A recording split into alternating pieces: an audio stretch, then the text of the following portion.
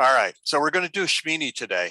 And in doing this, by the way, shalom, this is the day when, well, actually, this is really, I would call it the climax, because everything so far has been building to this point, and everything that happens after is kind of a down.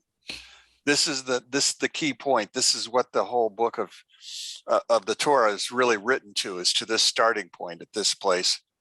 And so we're going to do some trivia, if you don't mind, because I have several questions that I keep asking myself, and so I'm going to pose them to you.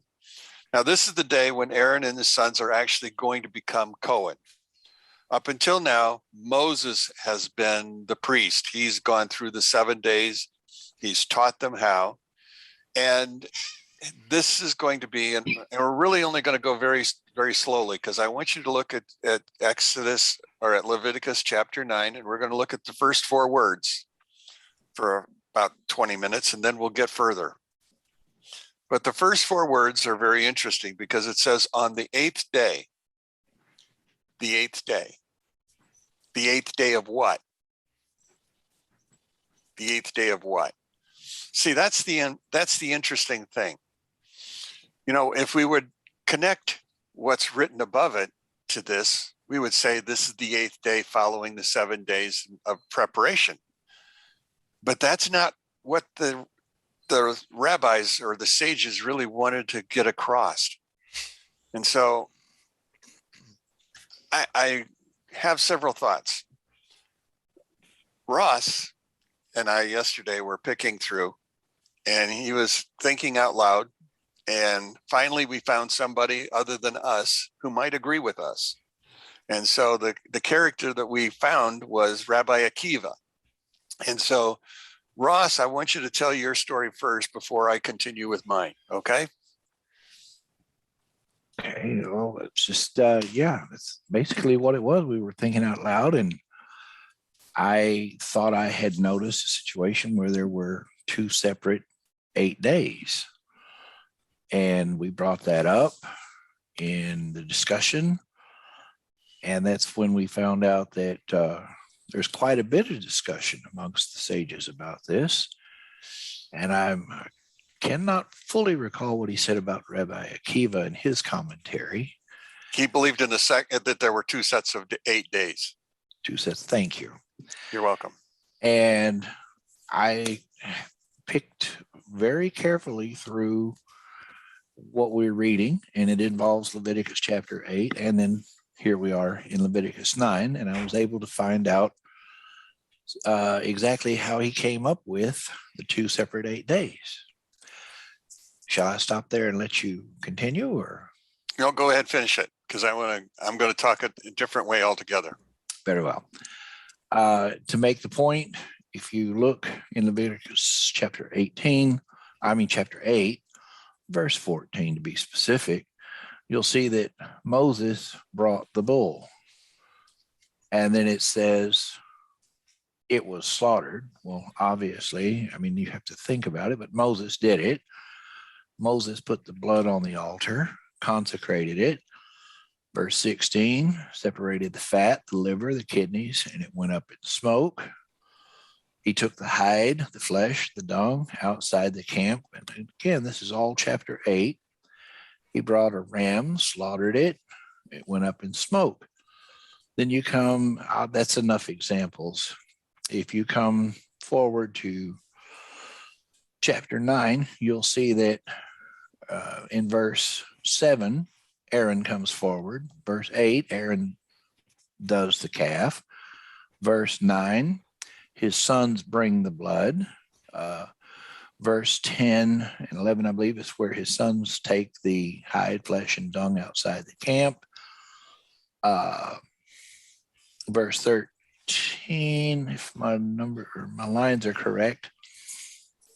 But then you get down to 9:14. They washed the parts and then sent it up in smoke. So you can clearly see one was Moses doing it, and here in chapter 9, Aaron's doing it. And this is 8 days after Moses had done what he did. There's other information to back this up. in that they were ordained, anointed, and told not to leave the entrance of the tent of meeting for 7 full days.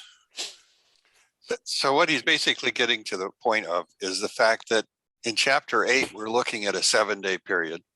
And now here in chapter 9, we're looking at a 7-day period. So there may be, chronology doesn't work real well in the Torah because it was never meant to be a chronological book.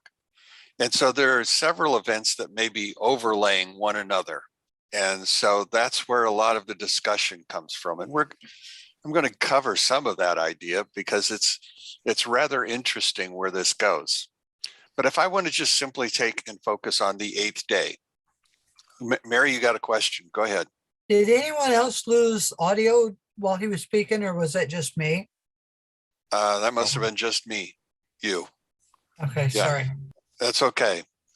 So what he's really trying to say, and what we're really trying to say, is the word the 8th day is a key to understanding that there is more than, this is not just about the natural world. This is about the supernatural. This is above rational. This is super rational. Now, I get to this point by doing the following. When Adam was in the garden, remember Adam created a sin, or we say he ate of the forbidden fruit. And so therefore, God's voice no longer was in the garden with him, but was above the garden. And it says that in the Talmud that he was in the second heaven at that point in time. In other words, he was departing from them. Each and every major sin that's written into the scriptures from then on through the Tower of Babel, each and every event took God further and further away from man and further away from his kingdom. It wasn't until Abraham came that the idea of the one God came back. And so Abraham began the process. Isaac came next, Jacob, Joseph. From Joseph, we went to Amram. From Amram, we go to Moses. Each and every one of these characters brings God back closer. When we get to the character Aaron along with Moshe, we now begin to see an 8th day, or a bringing together of the Shekinah, which is God's presence, in a feminine form as he now enters into the tabernacle. This is the culmination. This is bringing God back after man had caused God to move farther and farther away from him. That's what we're trying to get at. Now, in certain years, this particular parsha is read 8 times. When it surrounds the celebration of Pesach, they'll say this in 8 different occasions. They will go through reading this set of scriptures. So the scriptures are different. It's the only scripture in all of the Torah in which a number is actually the title. No other one. This is it. This is where it's happening at. Now, in Kabbalah, each number expresses not only a quality, but a quantity. So we easily can see a quantity of 8. But what we're going to have to look at is the quality of what's going on. That's really going to be kind of the direction I want to take us. Now, I need to, again, remind you, and I've talked this before, but I guess for anyone who listens to it who's new, I just want you to understand, early manuscripts of the Bible did not have chapter and verse. Chapter and verse is a Christian idea. Chapter and verse was put in about the 13th century by Stephen Langston, who was the Archbishop of England. And he decided that he needed it in order, when he got into a debate with a Jew over their understandings of Torah, that he could point to a specific place and he could match and bring together multiple scriptures from different places. So he went through and he created what we call the chapters and verses of the 5 books. And so in this particular case, it works out where chapter 9 begins this particular chapter. But there'll be chapters like in chapter 12, where we now go into the new chapter, or the new section, that he will start in the 12th verse, will be actually the new parsha. So man's ideas were not necessarily God's. To go back even further, originally, back in the oldest sections we can understand, the Torah was divided into 156 parts. And the reason it was divided into 156 was so that over a 3-year period, they could read through the entire Torah and study it. But they did it over 3 years. And when it came to Babylon, it was the rabbis in Babylon who decided that the book should be read in 1 year. And so they created 53, 54 parshas that they divided it into. And those parshas were established by their understanding of the Torah text. So when they're looking at the Torah, they're looking at it differently than what we've ever looked at it. We see things as being very disjointed. They're looking at things and saying, all of these in this section have a quality that ties them together. Now, it's hard to imagine that the lighting of the altar and kosher foods would be in the same chapter or in the same parsha. But hopefully I can tie that together for you to give you an understanding of what quality they were looking at that put them back together again. That's my hope as we're going through this. So obviously there's a division. Obviously the parsha before should lead us into this parsha and probably have a very close connection. And so that's why originally they said there was only one 8-day period, and that the 7 days that are listed here before us, those are the 7 days of preparation that was given when Moses was putting together and taking down the tent, establishing all the offerings, giving everybody the opportunity to understand what they were going to do. Now, he was only teaching 5 people, himself and, well, actually Aaron, his 4 sons, and himself, because they're the only Cohens at this point in time. Everybody else was a Levite. All of them were. And so there's a very small group that are involved in this whole process. So he's going through the teaching of this to them. And so what we see then is the culmination of that consecration. But I also want you to look at it from a different point of view. I want you to take the number 8 and I want you to turn it sideways in your brain. What happens when you take the number 8 and turn it sideways? You get an entirely new symbol. The symbol's called infinity. It's something that you and I got introduced to when we were in math class. Now it's about physics, it's about all kinds of sciences, it's about philosophy, it's everywhere. But in the beginning, infinity was simply about mathematics. And so as we're looking at this whole thing, infinity is characterized by a number of uncountable objects. So what we're looking at is something that's really uncountable if we're going to get into the metaphors here. We're looking at something that is totally different than what you probably had ever thought about. So the concept is basically described as something that is huge and it's boundless.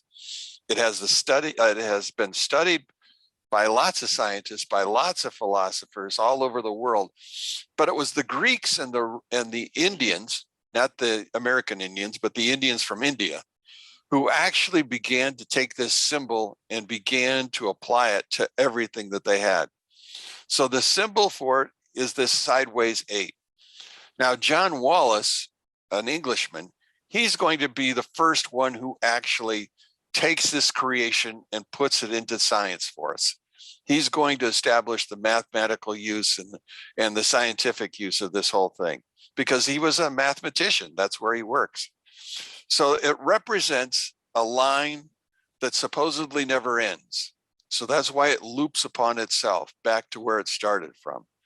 So Wallace also introduced at the same point in time 1/infinity, the fraction. He began to say not only is there 1, but there are fractional, and we can get down to the point of being so small that it's impossible to see. Well, it's not till later on when we begin to understand about electrons and protons and neutrons and go smaller than that. We couldn't understand probably all that he was thinking at that particular point in time. So when the number of infinity is just a symbol that's talking about a horizontal version of an 8. Now, go back to the Parsha. It was the 8th day. Most of us, again, we go back and say this was the first day of Nisan, because that is the captured understanding. That is what most teach. It's not what everybody teach, but it's what most of us teach. In the fact that the 7 days were the 7 days of Adar. It was Adar 23 all the way to the 30th. That was the end of the 7 days of preparation. Now, this 8th day becomes the first day of Nisan. That's what they understand it to be. But they use the word not 8th. Well, they use the word 8th. They use the word Shemini. They don't finish it. They don't say the 8th day of the preparation. They don't say the first day of the week. They don't say anything. They call it the 8th, and they leave it go at that. So there's more to that word than what we've ever understood, because that word just seems to hang there. There's nothing on either side of it. It's just the 8th. And so as we're looking at this, then we have to understand that we're looking at something that is very different. Now, I want to go back again and let's do the Jewish math thing. We know the number 6. 6 always speaks of the 6 days of the work week. 6 also speaks of the 6 cardinal directions: north, south, east, and west, and up and down. The 7th day we always recognize as being Sabbath. But Sabbath also fills all the directions. That's how the Jewish Kabbalah understands it. Everything is surrounded in this. Now, the 8th, on the other hand, is a quality that is above and beyond. It literally is an encircling light. That is how it is understood. It's not something that you and I, it's a divine source. That's probably the easiest way to say it. So this is the day on which the tabernacle was erected, and 10 specific miracles will occur on this particular day. And I'm not going to go spend time talking about them, but you can look them up.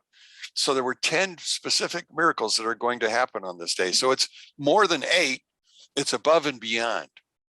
But 8 is the significant number here. Now, it's on this day that Aaron and Moses are going to be co-priests for a point of time. They both will work together as the ministry is transferred from Moses to Aaron.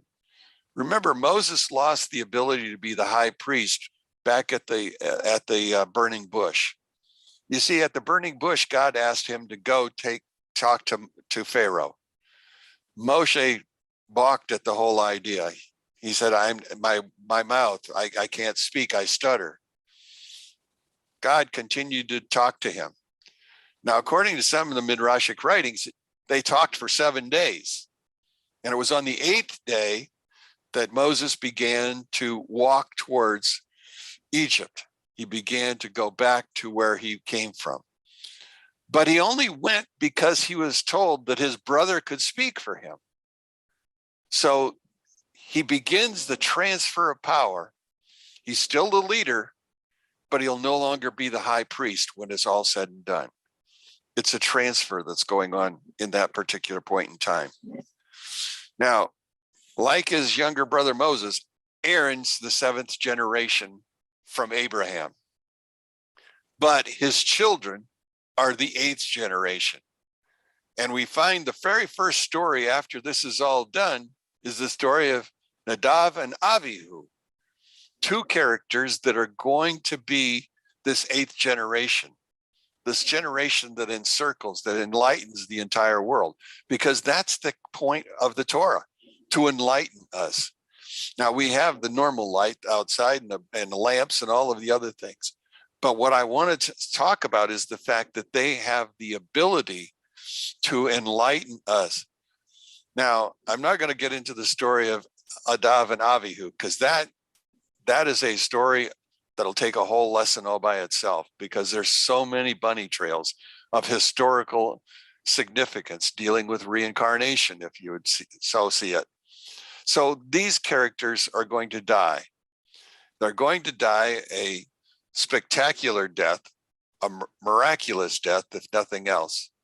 And they're going to do it after the fire has been lit on the altar, because they're going to take incense in, which is another reason why they say that there is a second set of 8 days. So that's that. You can ask me a question about that later. I just wanted to let you know they're going to take fire from the altar, and the altar hasn't been lit yet. They're going to do it early in the morning. They're going to go in and place their fire before God, at which time God is going to take them both out. Now, at that point in time, Aaron and Itatar and his other son, who's going to be the next high priest, Eleazar, are only ones left to complete or continue the duties of the high priest. And so in this story, then, we might want to notice that Aaron is going to pass the baton to Eleazar before they enter into the land. And it's going to be his brother who's actually going to be the first person, shouldn't say the first person, the first priest into the land, because his brother will not have crossed first. So he begins to take his full cycle into the land, and they begin the process of living in the land. Okay, so this is the 8th generation. Now, I can't speak of Aaron and leave Moses out. So it took both of them then to go into the presence of God. Now, Aaron has placed all of the offering on the altar.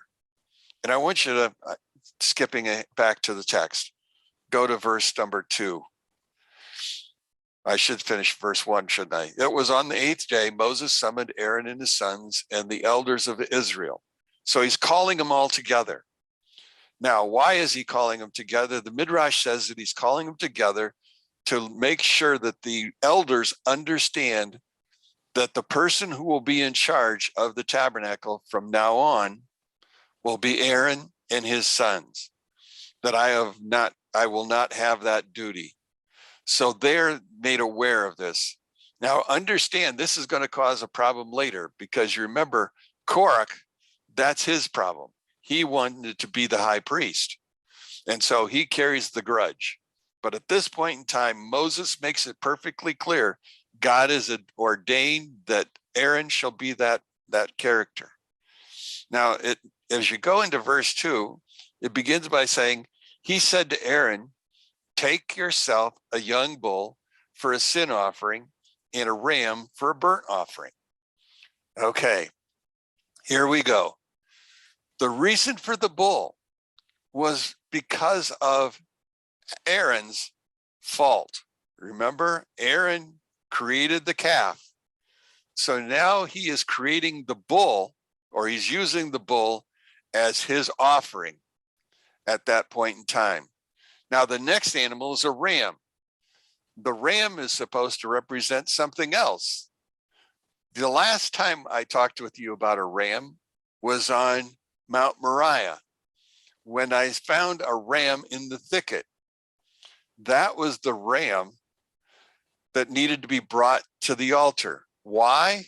Because the first ashes on the altar at Moriah were Isaac's ashes with the ram on top. And there's again, you have to go back to last week in order to even get an understanding of this whole thing.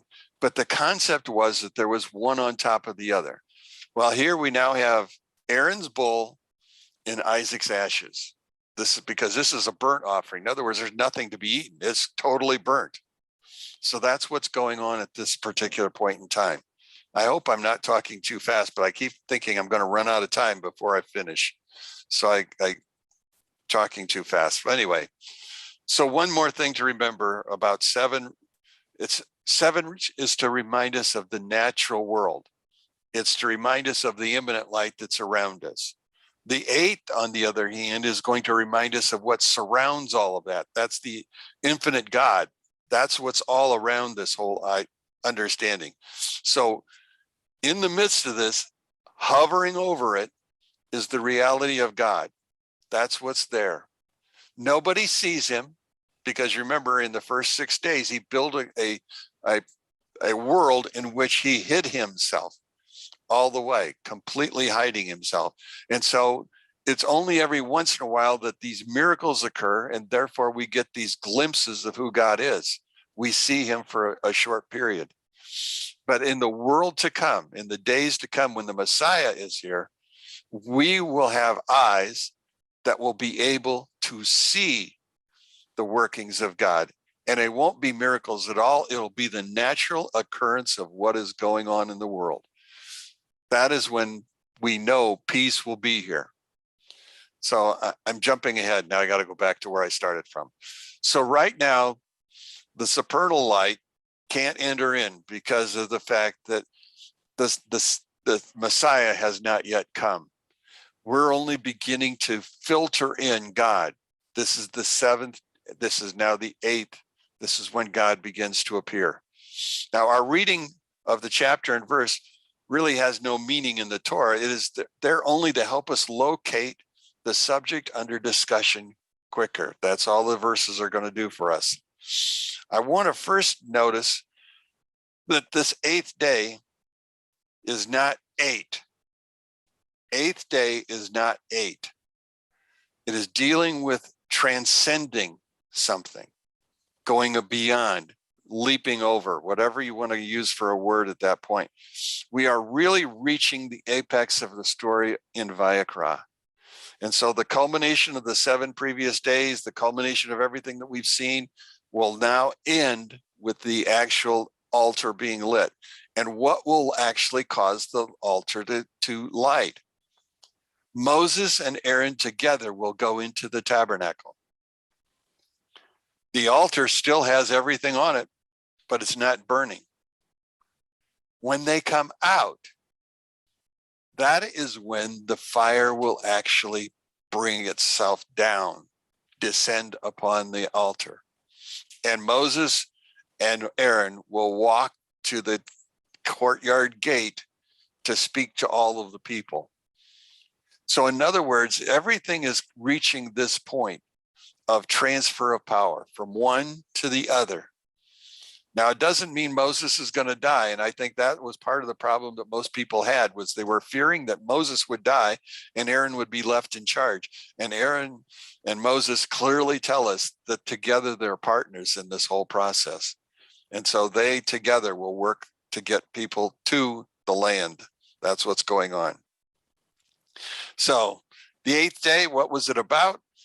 Well, it's attached to preparation, but it's actually the culmination. That's what's actually going on. So we are actually culminating something at this point. Now, 8 holds multiple other meanings. And so I want to try to go back and tie things back up again. We know that it's going to talk about natural versus supernatural. But how does that link with kosher? You see, the second half of this chapter, or this parsha, deals with kosher things. How does this tie to kosher? We have to understand at this particular point, kosher is the idea of that which is natural. Up until this point, we've been dealing with everything in a supernatural way. Anytime God is acting, it's not something that you and I would see. So it is a miracle to us. But in watching kosher, kosher is about things that are natural. It's the world around us. It's what we see and recognize. And in that, we have to recognize that there are certain things in there. Moses was privy to understanding that God told him that the animals that were unkosher were animals that represented nations. He was able to understand that there were going to be groups of people that would come against him. And the greatest group of people would be the pig, because they looked most like them. The pig represented Esau or Edom. When Edom fell, that's when the pig would no longer be unkosher, but would become kosher. But that will never be something that they will eat. It's just that will actually be a change in behavior. Now, in the beginning, Elohim created everything. That was the natural world. But then it says that he Elem. In that he hid himself so that nobody could see him. He was not exposed to anything. So in the end, the only way we can ever get him to be exposed is through mitzvot, things that we do. Every time you and I, during this time, which they call the diaspora, every time we do a mitzvah, we are bringing God closer to revealing himself to the world. When that number of mitzvot is finally finished, and I believe it's the Jews that are going to finish it, when it's finally finished, God will reveal himself through the Messiah, and we'll begin to understand things. The kosher animals will be understood best by Elijah, because Elijah is going to introduce us to the Mashiach, but he's also going to be the great law keeper. He's going to teach us the laws. And so we're going to get a lot of different things. Now, I wanted to add to this by having you turn to Leviticus chapter 11, verse 42.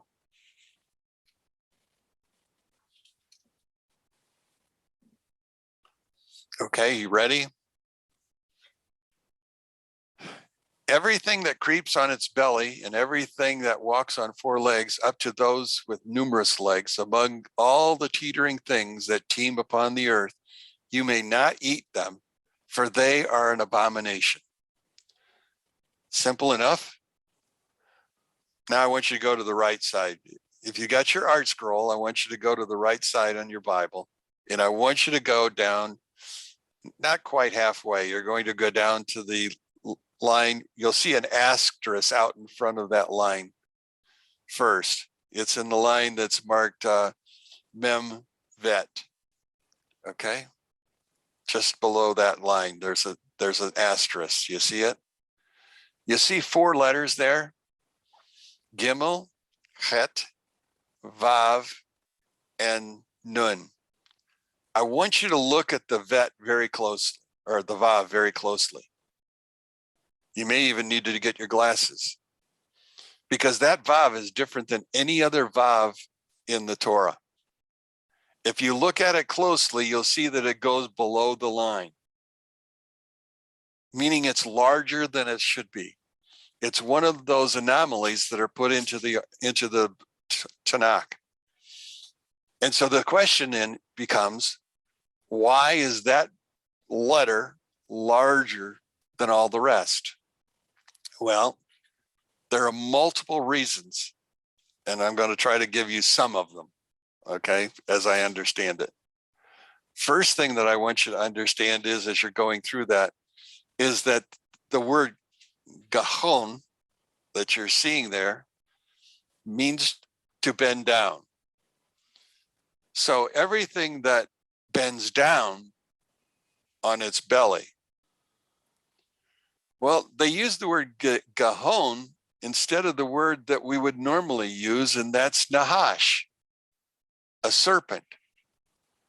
So we're looking at something that bends down and creeps on its belly. Now, before a snake can move, he has to lower himself to the ground to begin to slither. That is a significant understanding. So the gahon is I'm going to cover in a second. Now I want to go back to the letter Vav. The letter Vav is a hook. That's what it means in Hebrew. It was used, remember when Moses was trying to figure out, be accountable for everything that he had, and he couldn't figure out what he did with those other shekels. Well, he made them into Vavs. He made them into hooks to hook the tapestry together. That's what they were used for. So a Vav is a hook. And in this particular case, we're going to clasp two things together. You see, that Vav is the middle letter of the entire Torah. That's the middle letter of the entire Torah. It hooks the left and the right. It hooks the beginning and the end. That's what's going on. So as we're looking at that particular thing, we're looking at something that has hooked these things together. It's talking about a serpent that it has to bend down and start to walk or to creep on its belly. Now, we obviously are talking about an unkosher animal at this particular point in time. We also think when we use the word Nahash, we think all the way back to the Garden of Eden, and we think back to the serpent. Now, we all understand that the serpent did Adam and Eve no favors. But the serpent itself, prior to the fall, this is the hard part to understand, the serpent was holy. The serpent was pure. God made him for a purpose. What do you think the purpose was? The purpose was to give man, to entice man. So I want you to think of the serpent at this particular point, or the Nahash at this particular point. I want you to think of it as the evil inclination. Okay? The evil inclination. Now, the evil inclination, Flip Wilson made the evil inclination very famous. The devil made me do it. Before that whole idea came about, we thought of the first sin as being impulsive, when in reality, when we sin, it's not an immediate action. And by that I mean, evil inclination causes us to procrastinate, to pause. And then maybe that day, maybe 5 minutes later, maybe a week later, the evil inclination then takes root and then comes forward. So in our story then, this serpent that we've been talking about, this large Vav, begins by entering into our minds, because it's already there, and begins to cause us to think, and in essence, really to procrastinate, because we already know what the right answer is. But if it can get us to stop and think about it, well, you know, there's more to it. And so we begin with this thought of the serpent crawling on its belly. Now, during Pesach,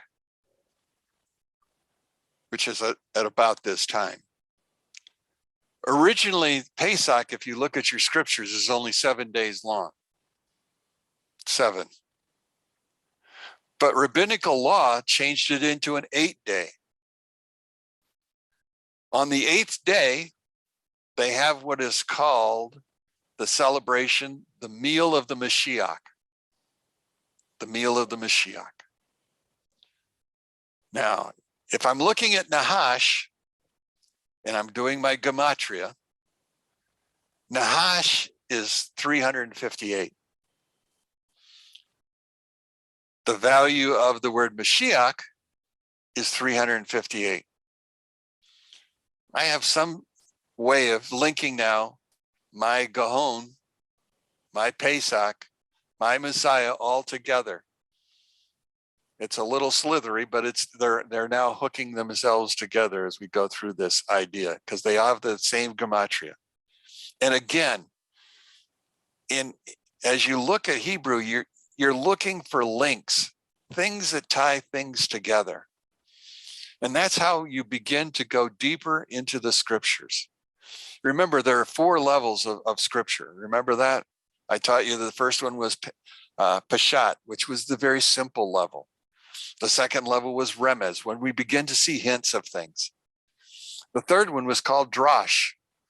And then when we look at Drash, we're looking at something that is threshing. It is something that goes deeper, which I now want to pause, and I want you to turn backwards in your Bible, and I want you to go back to the 10th chapter of the book of Leviticus, and I want you to go to line number 16, which is a tet and a zayin together, okay?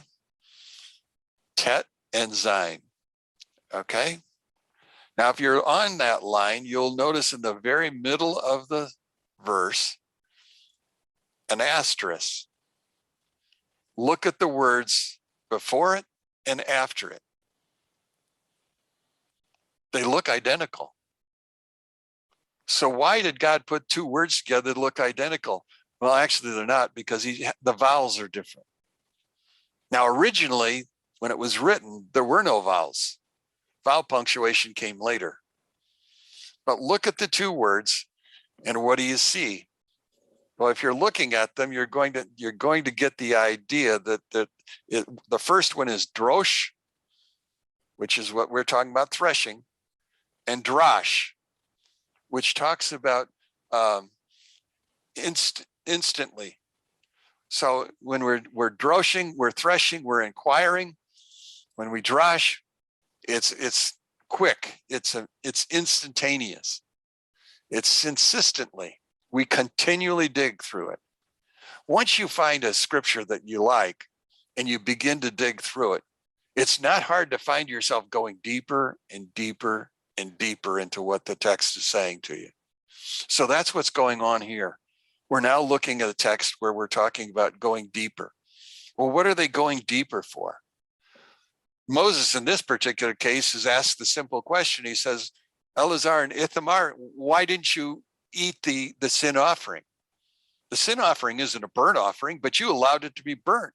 You were supposed to take it off and sit and eat it. Why did you not do that? What's going on? So that's a simple level of looking at this whole idea.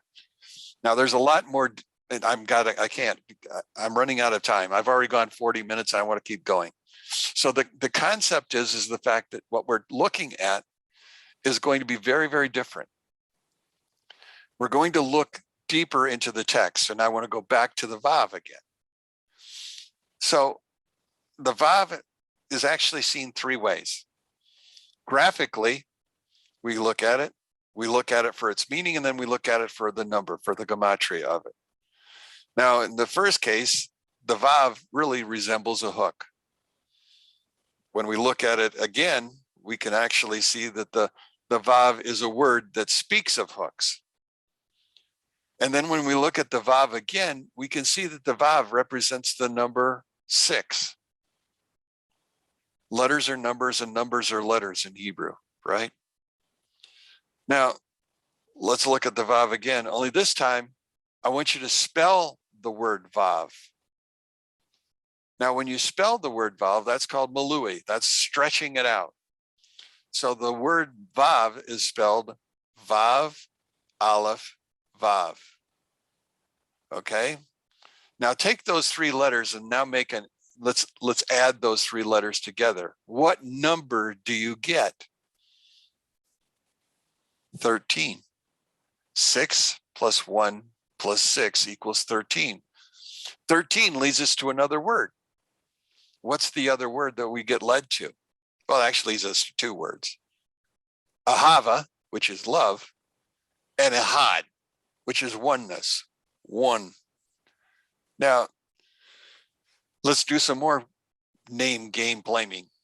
I want you to take, and I want you to add up all the numbers from Aleph to Vav. So that would mean 1 plus 2 plus 3 plus 4 plus 5 plus 6. What's the value that you now have? 21. 21. Now, if you square the number 21, you actually end up with the number 441, which is, what does that do? Well, 441 happens to be the number for emet, truth. As we go through and we begin to sort and select and dig and drosh, go through, we come up with all kinds of understandings. The Torah uses the word gahon because it wants us to emphasize nature. But at the same time, it's not so much the word that's important, it's the idea behind the word. The Zohar discusses the fact that the nature of this snake is that it symbolizes our evil inclination. And that is what causes us to bend down, which is what we've talked about. Now I want to take it a little bit further. Now the Maharasha explains that we have a large Vav here because we have the power to interrupt the snake. We have the power to interrupt the snake, or we have the power to interrupt the evil inclination. That's what he's trying to say. You see, the evil inclination is really incomplete. It requires you to physically act. That's what's necessary. Hopefully, those who are watching the video will have some understanding of the 10 Sephiroth, because I didn't bring a picture to draw for you. But if you don't, grab yourself one, find one on they're everywhere. And you'll find that the Sephiroth are divided on 3 columns. Well, in our story, our evil inclination leans left. In other words, we have Hesed on the right, which is kindness. And kindness speaks of expansion. It speaks of growing. On the left, we have Gevarah. That's the idea of contraction. That's the idea of judgment. That's what's going on. You see, Hesed is too brilliant, too bright. It shines such a light on the evil inclination that we can't act.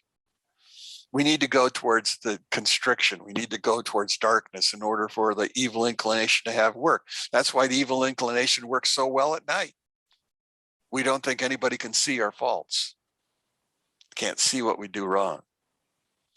But in the course of the time, there's this middle column. That's the Vav. That separates those two from one another. And it also keeps, or can keep, our evil inclination from going over to Gevarah. So as we're looking at this, we have the choice. And the choice comes pretty easily. No, it doesn't. So we now have a large Vav. We now talked about the number 13. We've talked about its meaning. Basically, we are talking about the harmony of ourselves as we go through this.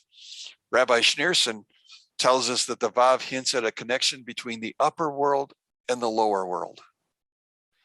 He notes that when the snake is connected to its upper source, the upper world, it has true holiness and has true purity. Now, remember that there was this copper snake that was out in the wilderness. Remember when the Jews were traveling and they complained so much that they began to suffer from snake bites. But if they looked up, the answer was taken care of. They were healed. Well, so how do we connect our snake in the correct way? First off, we never let our snake bend down.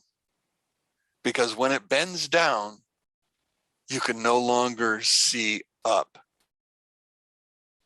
You can no longer see up. So the evil inclination knows that when we bend down, we make ourselves vulnerable to what's going on. So from now on, remember to keep your head up. The end of the story. So I'm sorry I ran through it, but I took 47 minutes and I wanted to leave time for you to think out loud, if you will. Anything anybody has to offer or question or say it's a nice day, I don't care. Talk to me.